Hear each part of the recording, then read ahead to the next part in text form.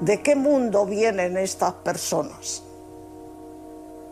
Éramos tan lejos de su mundo que parecía que venías de otras galaxias, de sitios que ellos no podían entrar en su imaginación que existieran, ni cómo vestíamos, ni cómo llevábamos para comer, ni cómo hablábamos, ni cómo... Éramos otra cosa, tampoco éramos los titiriteros que van por los pueblos. Había otra relación, era otra cosa. Era como si algo de pronto que no se puede creer llegara a ellos y dijera, pues sí, creedlo que estamos aquí, venimos a ayudaros. Desgraciadamente fue tan poco tiempo que no sirvió de mucho.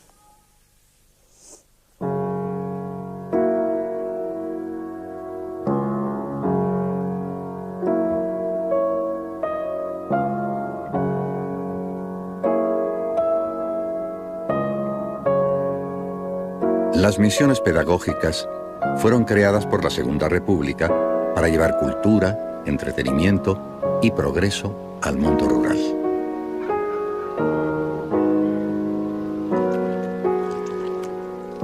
Era una escuela ambulante que iba de pueblo en pueblo.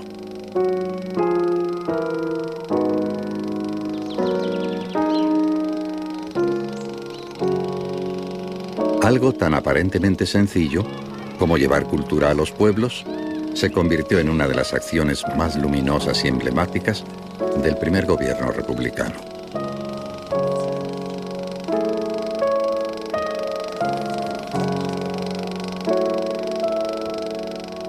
En los años 30, el 75% de la población española vive en el campo y más del 35% es analfabeta.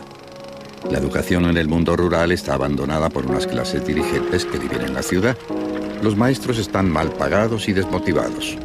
Cuando en 1931 triunfa la República, se pone como objetivo superar este atraso, igualar las oportunidades del campo y la ciudad y hacer saber a los campesinos que ellos también son ciudadanos de la República. La miseria que había en los pueblos era tan horrorosa que entonces se decía, cuando seas padre, comerás un huevo, porque entonces los huevos se partían para dos en las familias modestas. Trabajar mucho para vivir, para poder comer pan y alguna patata. ¿No te creas? Entonces oías hablar de la miseria que había en el campo en España, pero yo no la había visto. Y entonces con las misiones tú veías a aquella gente que verdaderamente era la miseria.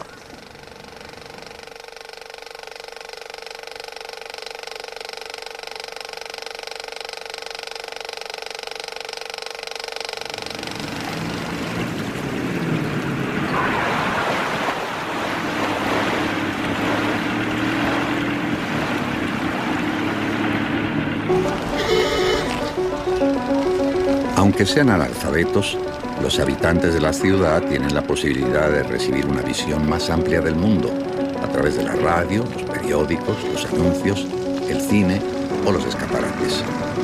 Esta educación indirecta es lo que el pedagogo Manuel Bartolomé Cosío llama la cultura difusa. En este sentido, la distancia que separa el campo y la ciudad es inmensa. Mientras unos disfrutan de los avances del siglo XX, otros viven una existencia casi medieval.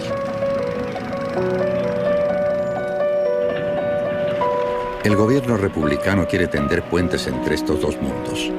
Para esto se crean las misiones pedagógicas, para que el campo, a través del cine, la música, el teatro o los libros, sea partícipe de esa cultura difusa que disfruta la ciudad.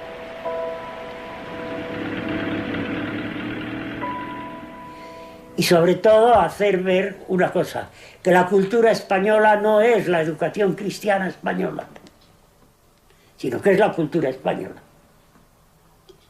Es una educación civilizada en vez de una educación religiosa. Esas son las misiones pedagógicas. Acercar al pueblo al tesoro de sabiduría nacional. no precisamente que hagan novenas y que recen y que hagan tal. Es otra cosa.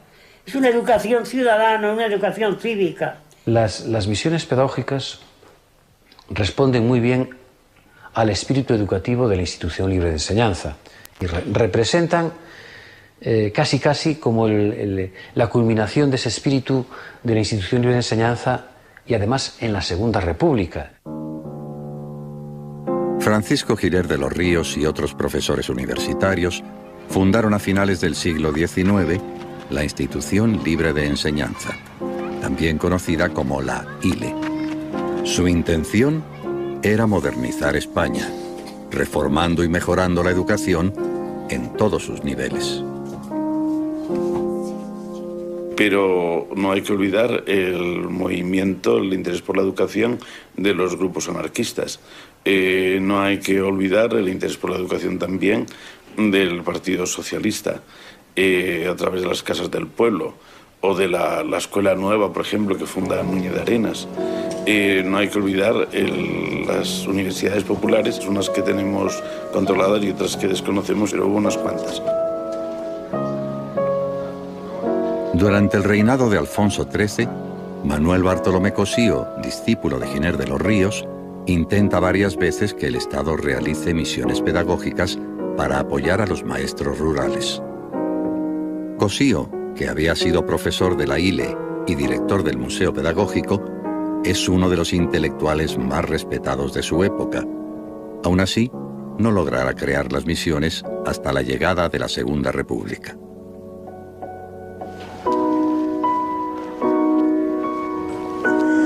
Estábamos dando clase de numismática y entró el portero del museo y dijo: se acaba de proclamar la República. Y salimos todos corriendo del museo y nos fuimos a la Gran Vía. Y por la Gran Vía ya bajaba una riada de gente en coches, andando, todo el mundo cantando la Marsellesa, porque nadie sabía el himno de Riego. El himno de Riego, la musiquilla, la conocíamos todo con letras que no eran las del himno. Si los curas y frailes supieran, etc. Y a nuestros acentos se los venchas mire, y a nosotros mire los hijos de ti. Y eso la Marsellesa, eso lo cantamos en la radio. Poca pena y no sabiendo. Y bajaban con banderas y cantando y en coches y los tranvías con gente por fuera en los techos. Bueno, una cosa como jamás se podrá volver a repetir. El estallido popular de la proclamación de la República no se volverá a dar en la vida.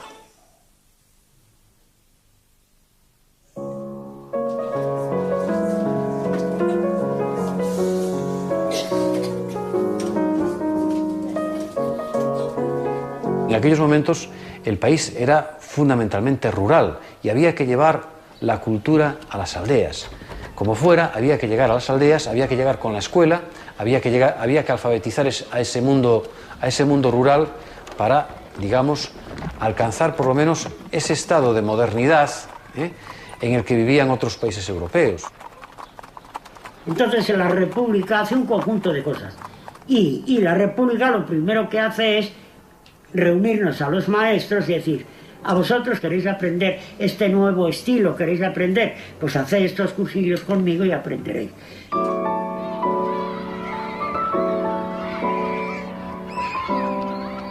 Frente a unas clases estáticas, memorísticas, basadas bastante en el orden, en la quietud, en el acartonamiento, en el miedo, pues irrumpió una pedagogía activa, democrática, participativa, que tenía el entorno como un instrumento fundamental en la enseñanza. Vamos, hubo un clima enorme en la época de la República.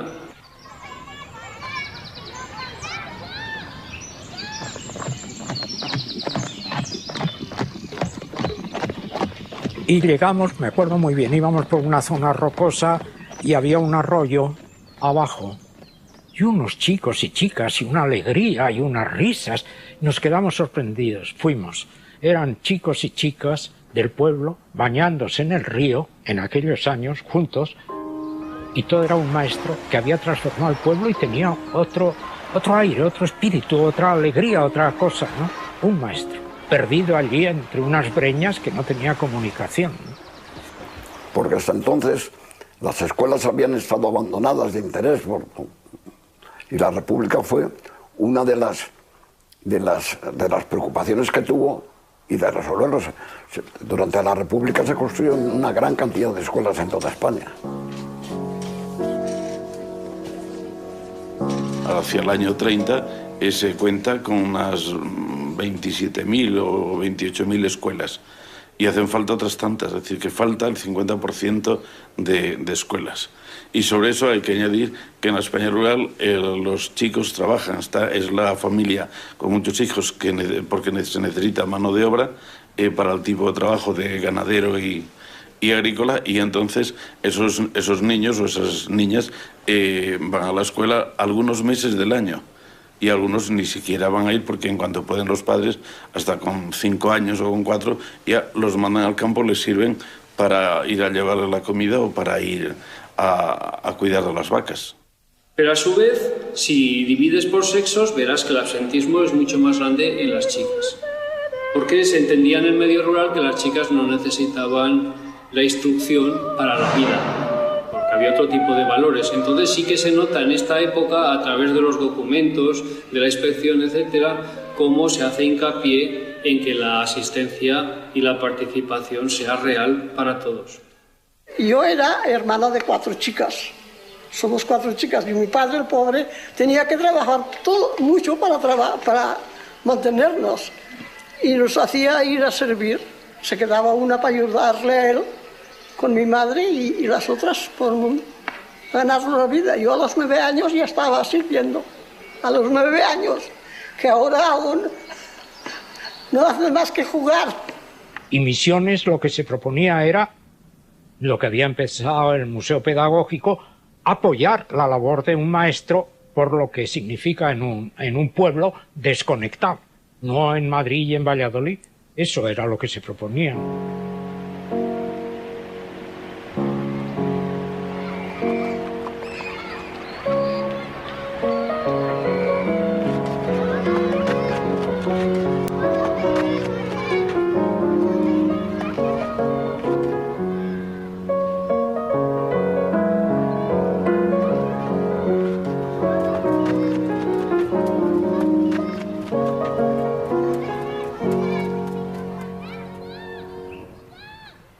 Manuel Bartolomé Cosío es el presidente de las misiones pedagógicas. Forma un patronato compuesto por intelectuales de prestigio, como los pedagogos Luis Bello y Ángel Llorca, o los poetas Antonio Machado y Pedro Salinas. Luis Santullano es el secretario del patronato, discípulo de Cosío y con mucha experiencia en las bibliotecas ambulantes y la educación rural. Será el principal teórico y artífice de las misiones. Ya en los años 30, Cosío ya es un viejito entre mantas, entre el frío, y es más su afición y su vocación por la enseñanza, por la cultura, por el pueblo, lo que le lleva a estar allí presente. Para Cosío y Santullano no resulta fácil encontrar misioneros.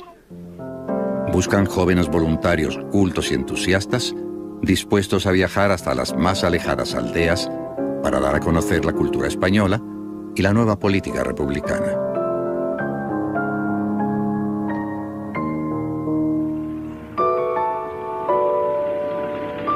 Cuando el señor Cosío fundó las misiones pedagógicas, entonces se acordó de que podían primero colaborar con misiones pedagógicas. Éramos los antiguos alumnos del Instituto de Escuela y de la Institución Libre de Enseñanza, puesto que el señor Cosío era profesor de la Institución Libre de Enseñanza y discípulo directo de don Francisco Giner de los Ríos. Y con ese motivo, pues me llamaron a mí y le llamamos a todos los compañeros que quisiéramos colaborar en esa misión.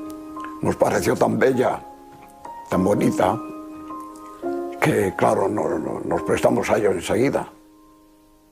Entonces, en aquellos años, todavía estudiaba yo en la Universidad Central y a través de la FUE hicieron un llamamiento para las personas que quisieran ir a hablar con el grupo que se iba a formar para la labor de misiones pedagógicas. Y entonces, pues yo fui a la entrevista para los coros de las misiones. Realmente estos grupos, porque estamos hablando ya de personas concretas, un poco se forman durante la dictadura de Primo de Rivera. Es la rebeldía universitaria en el periodo ese. Y es lo que agrupa a unas gentes y se empiezan a conocer, y esos después son los que van a formar pues la Barraca, misiones pedagógicas y tantas otras cosas como. Y por eso van saltando de un lado a otro, porque lo que hay es la amistad antigua entre ellos. Por vuestro entusiasmo juvenil, por vuestra elegancia espiritual, por vuestra ejemplar constancia, por vuestra generosidad inolvidable.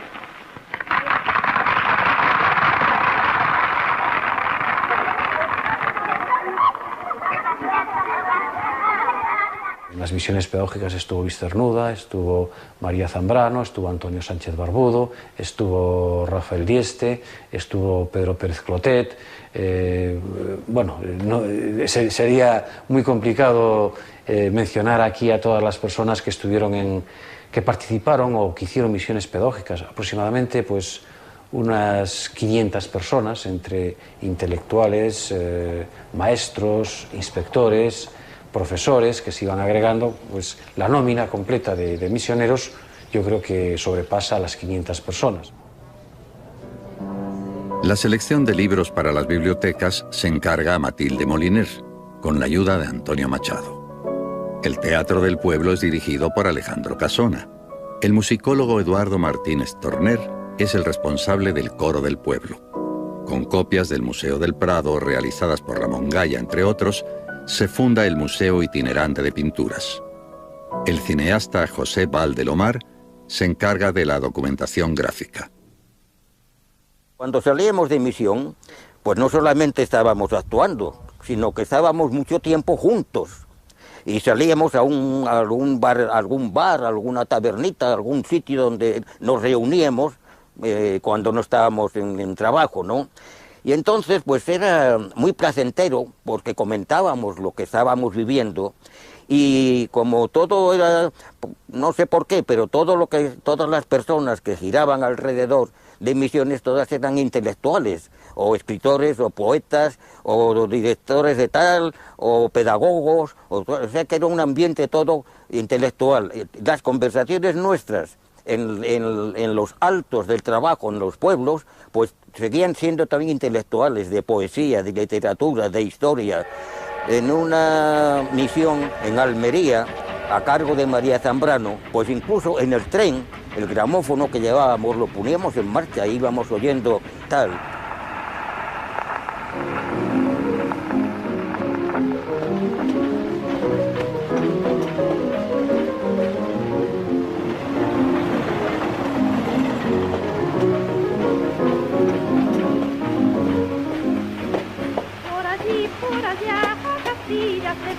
Castilla se va por allí, por allá, por allá, por allí, a mi verde país. Por allí, por allá, a Castilla se va. Por allá, por allí, a mi verde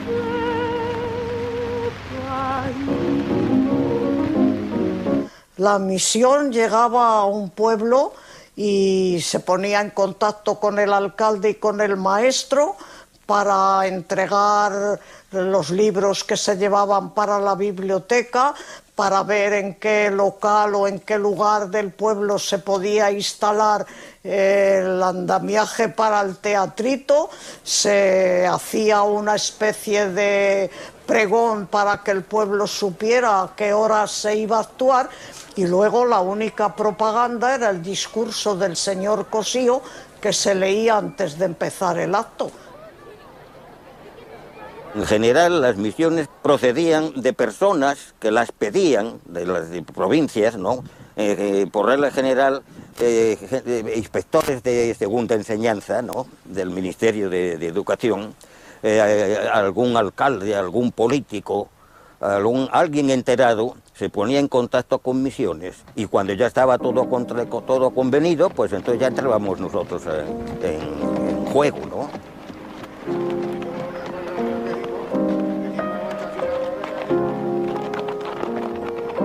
Si vemos los programas de misiones cuando llegan a una aldea, que pues es la aldea más perdida que nos imaginemos de las montañas de tal provincia, etcétera, hay conferencias sobre cuáles son, dijéramos, los deberes naturales de los ciudadanos y los derechos que la República les concede, cuál es el derecho de la mujer, no sé, hay muchas cuestiones, dijéramos, también de aspectos sociales que no van a ser olvidadas en las misiones pedagógicas. Era, dijéramos, todo lo que se saliera de los muy estrechos ámbitos académicos, como decía Cosío, todo lo demás, todo lo que está fuera de estos estrechos límites.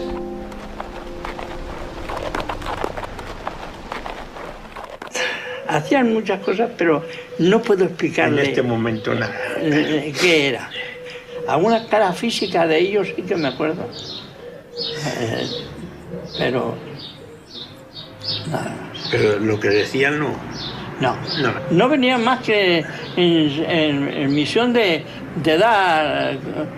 De poner ejemplos, de hablar de teatro, ya digo, teatro, y cosas de esas. Y es de lo único que me acuerdo yo.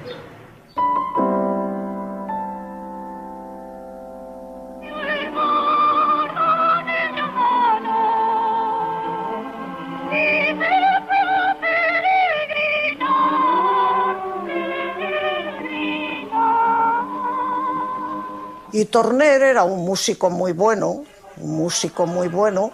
y aprendimos muchísimas canciones populares.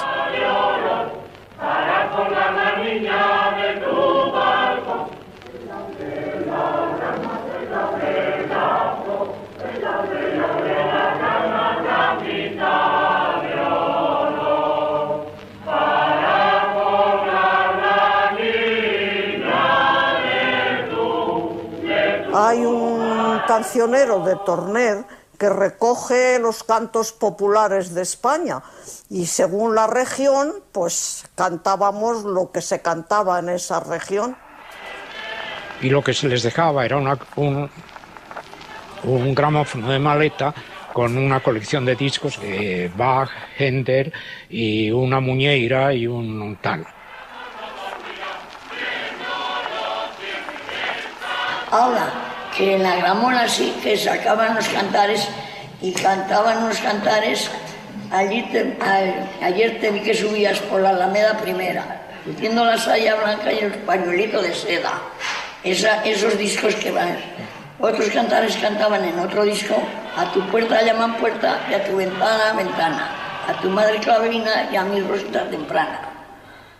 Y eso es los discos que nos ponían. Y nada más, y cada día pues nos decían, pues tuvieron 4 días.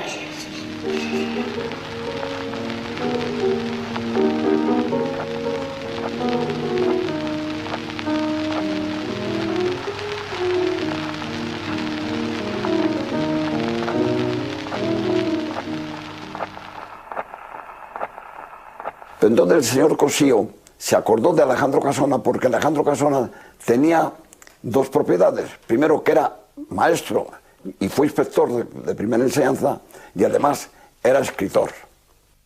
Casona era una persona muy cordial y con un entusiasmo verdaderamente increíble, porque tenía una vocación tan tremenda por lo que hacía, y creía tanto en la viabilidad de aquel proyecto que ponía el alma en ello.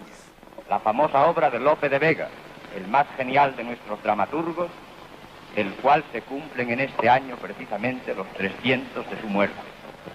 Y eso la música ayudaba mucho a hacerles tomar parte en un canto, en la recitación de un romance, y ahí empezaba a fluir ya la comunicación.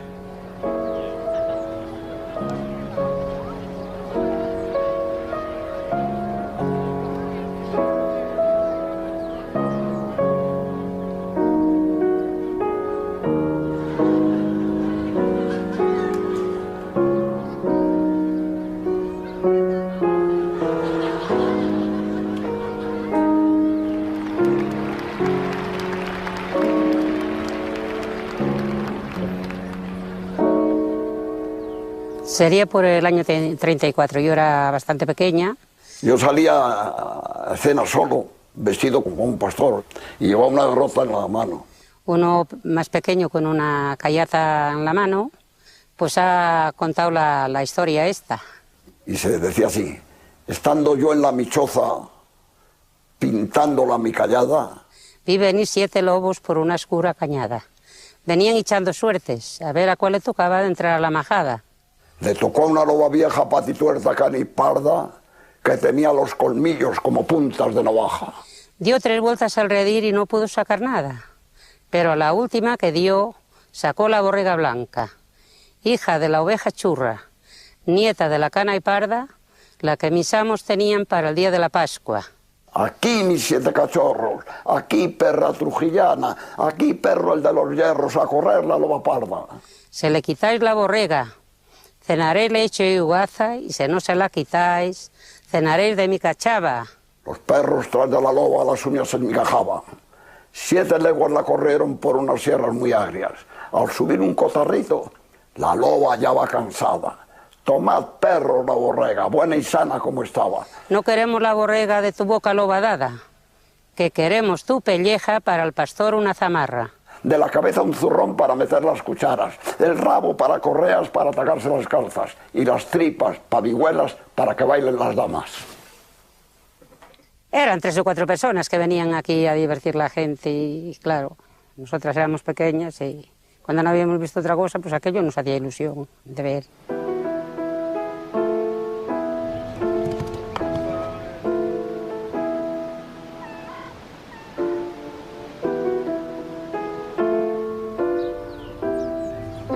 No sé por qué ni por qué no, el caso es que pasamos a pertenecer de plantilla a Misiones. Pues debió llegar un momento en que pensaron que para manejar todo aquello y tenerlo a punto, pues me podía yo quedar fijo. Y entonces me quedé a cargo de lo que era el cine, películas, proyectores, baterías, etc. Claro, sí, de ahí que estoy en la fotografía dándole a la manivela, mientras Barbudo a mi lado está explicando. Las películas había que explicarlas porque todo lo que salía en ellas era un mundo absolutamente desconocido para aquel público. Eran mudas y entonces hubieran resultado incomprensibles.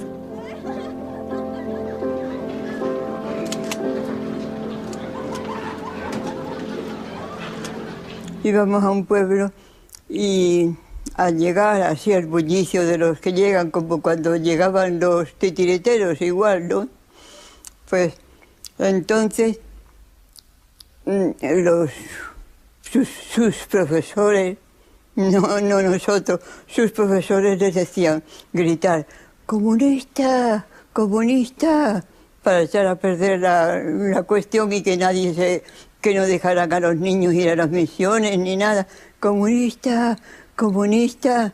Y todos los niños iban ¡comunista, comunista! ¿Cuándo es el cine?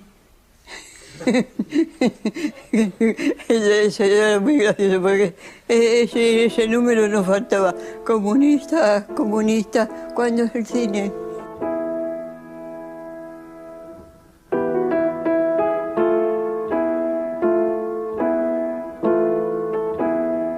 No perdíamos el cine en que tuviéramos mucho que trabajar. Era gratis. El año 32, 33, 34, ya veíamos nosotros las películas de Charlot y de otras muy guapas. la sensación que les producía ver ciudades, ver barcos, ver algún automóvil que otro, ver el mar, ver un tren, ver edificios, pues os podéis imaginar, era completamente absortos ante aquello que estaban viendo y que no sospechaban siquiera. Claro, porque en aquel momento era algo nuevo que habría así.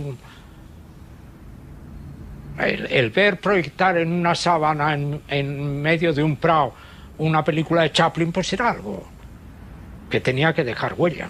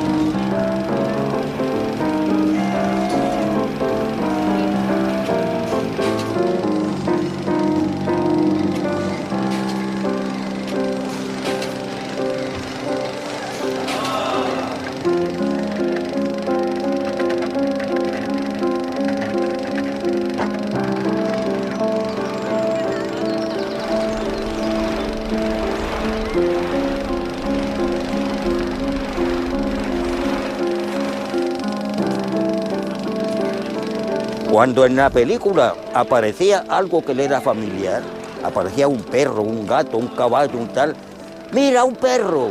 ¡Mira un gato! Era la reacción unánime, ¿no? Te sentían ¿cómo te diría yo? Una satisfacción de ver en aquello que les estaba maravillando, ver algo suyo. Nosotros mismos yo creo que éramos un espectáculo en persona para ellos. No te podré decir ninguna fecha. Lo que sí me acuerdo que había en la plaza, hubo más bien una especie de película. En fin, eso cuando la República. Sí, hombre, pero sin hablar, aquello era mudo. Jolín, y claro, que tanto. ¿Tú te acuerdas de haber visto en la plaza? Bueno. ¿Sí? Uy. Y claro, pues como íbamos todos al colegio, bueno, esta tarde a tal hora a la plaza, sigas allí y venga. Y nos da divertirnos allí. Allí con toda una fachada, ¿verdad? Salían las imágenes. Pues era un acontecimiento nunca visto, ¿verdad? Nos llamaba la atención aquello mucho. Sí. Claro. Me acuerdo que hubo cine que era mudo entonces, me recuerdo yo de eso.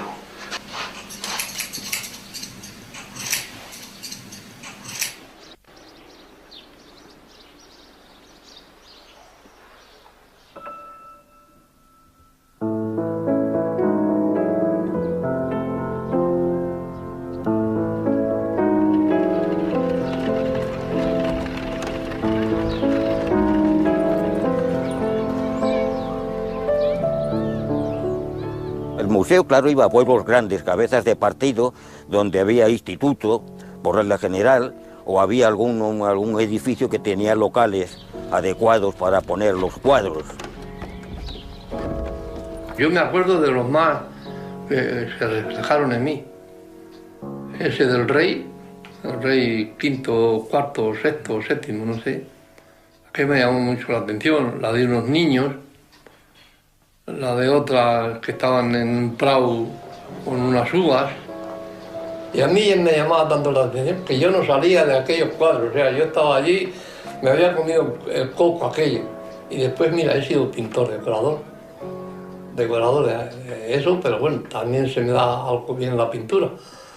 Pero es que estaba pegadito a los cuadros aquellos. De ¿cómo podía ser que aquello lo pintaran unas personas? Quien fue encargado del museo fundamentalmente fue Ramón Gaya.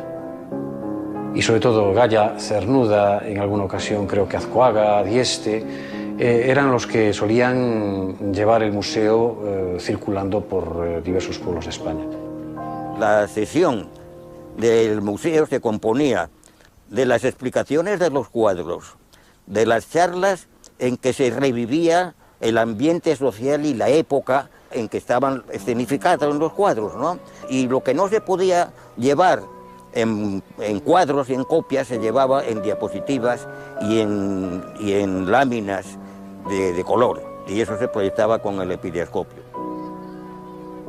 Cossío lo que pretendía con el museo es que la gente de los pueblos conociera esas obras de arte, que conociera esas obras de arte y que las sintiera como suyas, que viera que eso era un patrimonio común de todos, ¿eh? Y por eso las llevaba a los pueblos.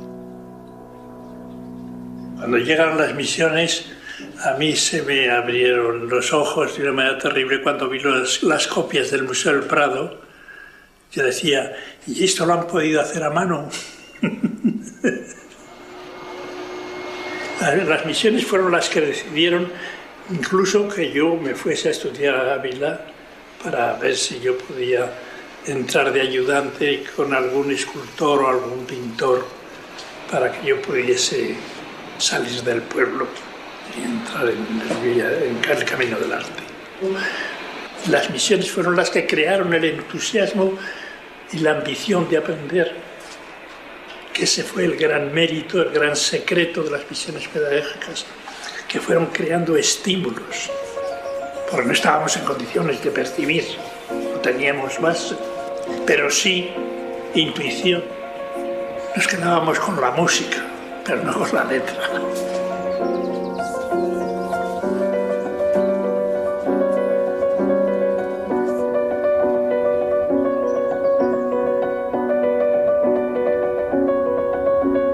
Era muy elemental, pero humanamente muy eficaz.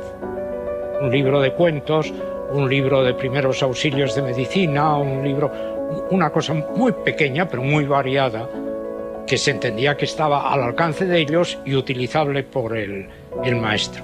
Eso eran unos cajones que se llevaban los mulos, se llevaban los cajones, y esos cajones simplemente se les quitaba la tapa y hacía una librería.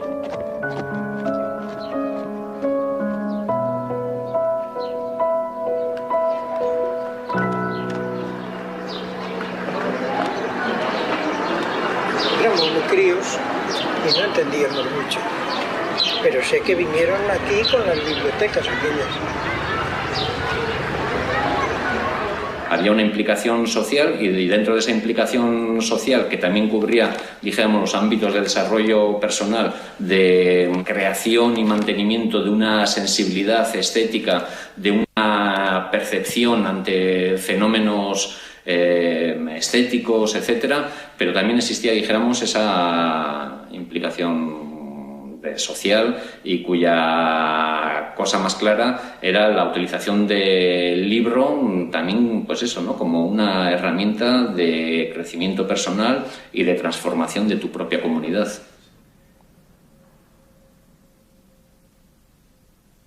Cuando acabes tu trabajo, lávate las manos y coge el libro que has pedido en la biblioteca.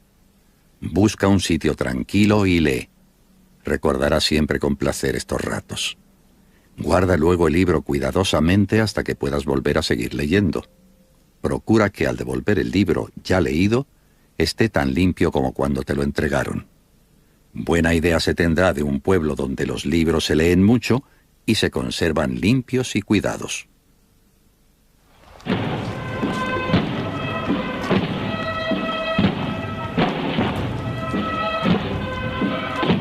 Había, digamos, elementos en los pueblos a los cuales disgustaba muchísimo las misiones pedagógicas. Claro que sí que había estos elementos. Los elementos que eran contrarios a que los campesinos aprendieran a leer y escribir. Hay testimonios del paso de la biblioteca por pueblos donde esto molestaba muchísimo. Que de repente a un campesino pues se le diera un libro de Calderón de la Barca o las poesías de Antonio Machado, o simplemente el hecho de que leyeran cosas que no controlaba el sacerdote, que no controlaba el cacique, que empezaban a leer estas cosas y luego iban a leer libros revolucionarios. La biblioteca, pues teníamos una biblioteca que teníamos unos buenos libros, tendríamos 270 libros, y luego, pues porque dijeron que el maestro se había ido de aquí por huir de los facciosos y eso, se marchó a la Iruela, pues se bajaron ahí más abajo y se quemaron todos los libros. Aquí vivía el maestro nuestro y aquí es donde dormía don Alejandro Casona, en esta casa. ¿Sabes? Y los libros los quemaron ahí abajo. Ahí abajo se quemaron los libros. Qué atraso, qué cosa.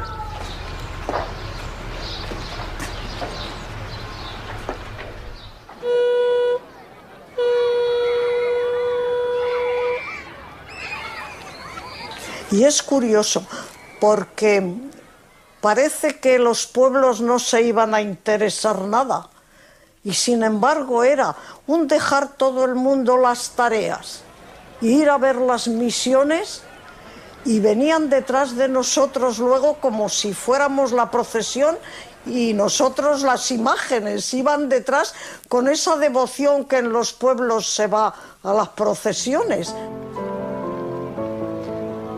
Cosío decía que las misiones iban sobre todo a divertir, que iban sobre todo a entretener a los campesinos, a ofrecerles un mundo de valores que no tenía nada que ver con lo utilitario.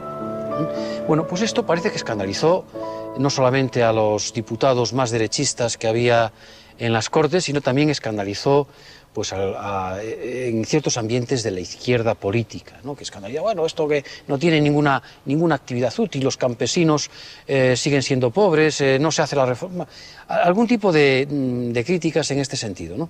Y entonces, pues en un momento dado, Alejandro Casona hace una misión en Sanabria y se encuentra con un problema terrible de pobreza. Yo estuve en Sanabria y fue una de las misiones que más importancia tuvo, porque era un pueblo como muy abandonado, como muy lejos de la civilización, y entonces era una situación ya no solo pedagógica la que había mala, sino sanitaria. Y era una gente de los pobres, había mucha miseria, había bocio endémico, las mujeres de 25 o 30 años parecían abuelas, estaban, los chicos apenas tenían vestimenta, en fin, muy mal, y ahí es donde encontramos el atraso mayor del pueblo español, de la gente. Y ya te digo, la escuela se confundía con la cuadra, o viceversa. Lo de abajo era cuadra, como decimos aquí, porque estaba... Y lo de arriba estaba pisado con tabla y a un vuelo. Les pareció algo terrible y entonces pues vuelven bastante compungidos, vuelven bastante dolidos de la situación que se vivía en aquel pueblo, y entonces organizan una misión que tiene un carácter social importante, que es la misión pedagógico-social de Sanabria. En octubre de 1934 se realiza en Sanabria la primera y última misión pedagógico-social. Casona cuenta en la memoria de la misión que llevaron, entre otras muchas cosas, medicinas de todo tipo y sal yodada para el bocio. En la escuela los misioneros pintan el aula, renuevan el material escolar, crean un botiquín, una biblioteca y un comedor para los niños. Al maestro, que hasta entonces vivía en el aula, le acondicionan una habitación independiente y ponen estufas de leña. Lo que tenía era barro.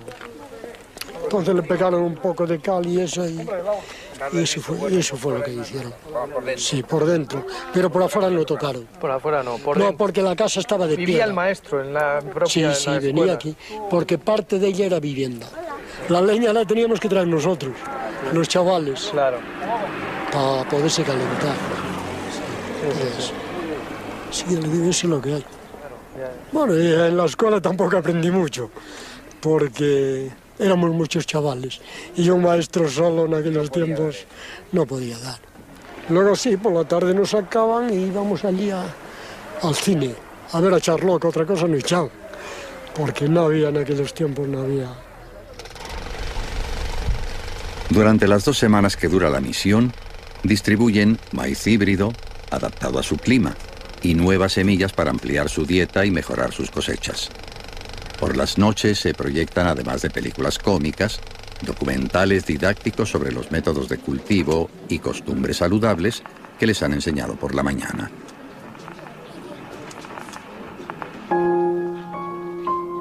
La Revolución de Asturias estalla mientras se realiza la misión pedagógico-social. La admisión de 3 ministros de la CEDA, Confederación Española de Derechas Autónomas, en el gobierno de los radicales, motiva la revolución de 1934. Los partidos de izquierda ven en esto la entrada del fascismo en el gobierno. Casona, en la memoria de Sanabria, muestra la preocupación de los misioneros por el enfrentamiento político que cada día se acrecentaba más en España.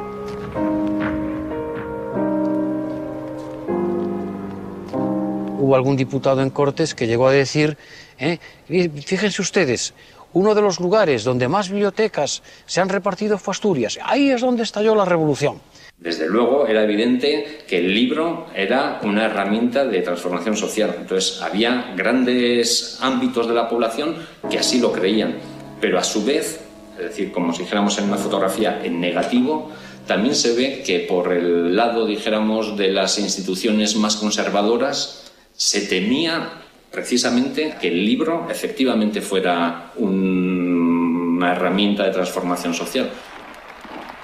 La tensión política se había extremado en España. Con la derrota y represión de la Revolución de Asturias por el gobierno radical cedista, se abre el periodo más conflictivo del llamado Bienio Negro. Lo de la CEDA fue otro capítulo entre risible y triste, porque aquello fue un desastre. Aquello fue tremendo, tremendo.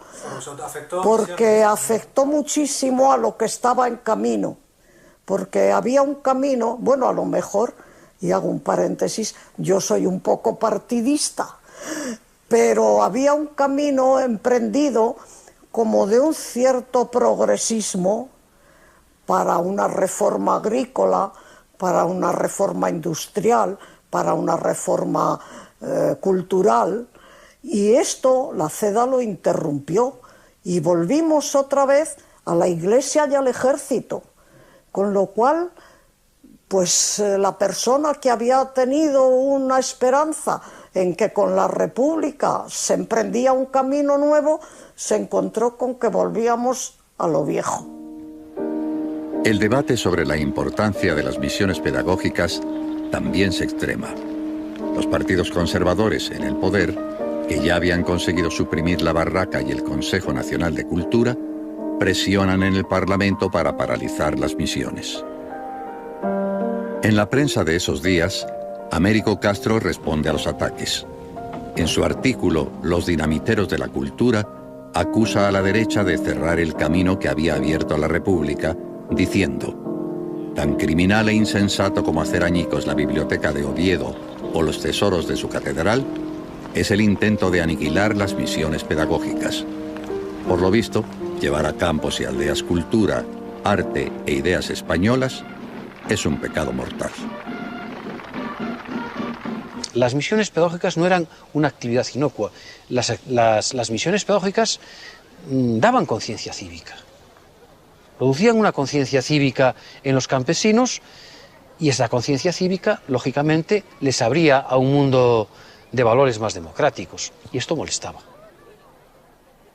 Tuvieron como un cierto control y ya no se iba con el mismo entusiasmo, porque tampoco se recibían con el mismo entusiasmo, porque al cambiar ayuntamientos, alcaldes, ya no era el mismo clima, ya no era lo mismo. Y sí, yo ya a las últimas misiones ya no fui. No eran las misiones ya.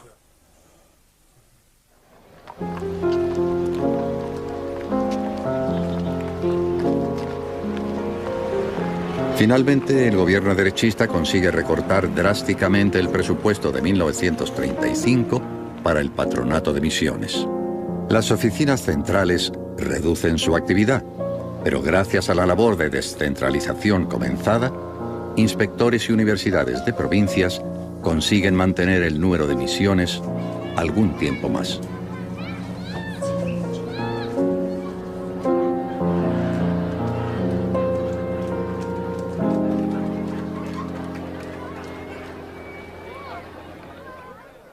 una cuestión que creo que es clave y que nunca se debe olvidar, es el efecto que están haciendo las misiones pedagógicas en esta juventud republicana. Porque esto es extraordinario. Eran personas que en principio iban un poco, decía Cossío, que iban un poco por la aventura, por ganas de ver, de abrazar a la gente, de conocer lugares nuevos, y de repente se encuentran con que estos campesinos tienen una vida, tienen unas ideas, tienen una cultura que ellos consideran maravillosa, y de repente se sienten influidos por los campesinos y por esa cultura que tienen los campesinos. Y esto se nota, empieza a notarse en su manera de ver la vida, en su manera de examinar los problemas que tenía en aquellos momentos España, e incluso en la manera en cómo estas ideas que encontraban en el mundo rural, que tenían los campesinos, cómo este conjunto de ideas podrían ayudar a hacer los cambios que España necesitaba en aquellos momentos.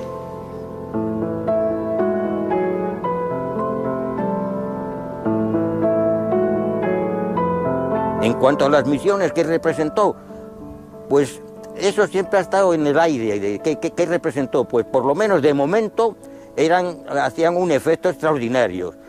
Si aquello duraba o no duraba, o significó algo en la vida, algo tangible y algo duradero en la vida de esos habitantes, de esas masas que estuvieron oyéndonos y viendo las películas, pues no lo sé, yo creo que sí. Yo creo que sí, que algunos frutos tuvo que dar.